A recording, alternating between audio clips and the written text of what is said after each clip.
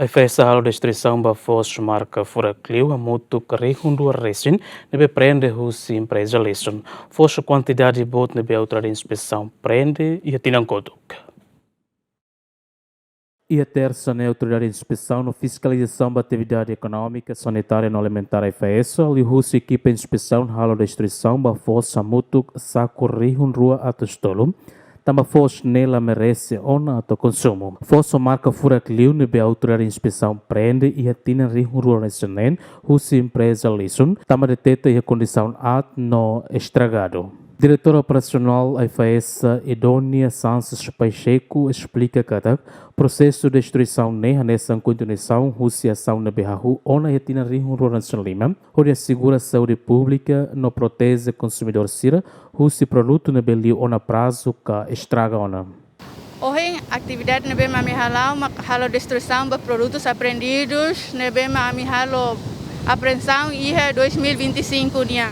Produtos serane mais empresa lisunia e 2025 né empresa refere reta na decisão final banha infração na bema nia halo e ao momento na ba equipa halo na destruição e agora não continua a fazer halo destruição do produto baluta e o processo de destruição da né equipa halo destruição do produto forte agora não equipa halo destruição né 2.300 saca fosse da neho marca fura clio. Na fatem a FAS ni serviço ita bosratene kata kami halo controlo qualquer atividade econômica hoto ne bema fam produto alimentar nomos produz ou hatama husirai lior ida ne hoto ami halo controlo. Mas que no diretor operacional demonstra reconhece que a equipa sira reta dificuldade e a terreno liu quando ba falta transporte ou de apoio operação destruição produto sirane.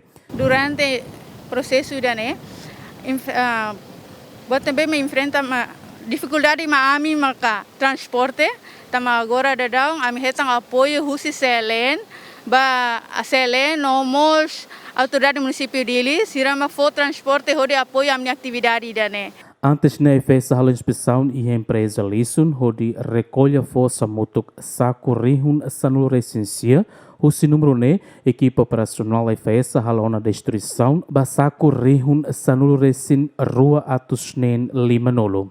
Basílio Ximenes, Juliana Maria, Gemen.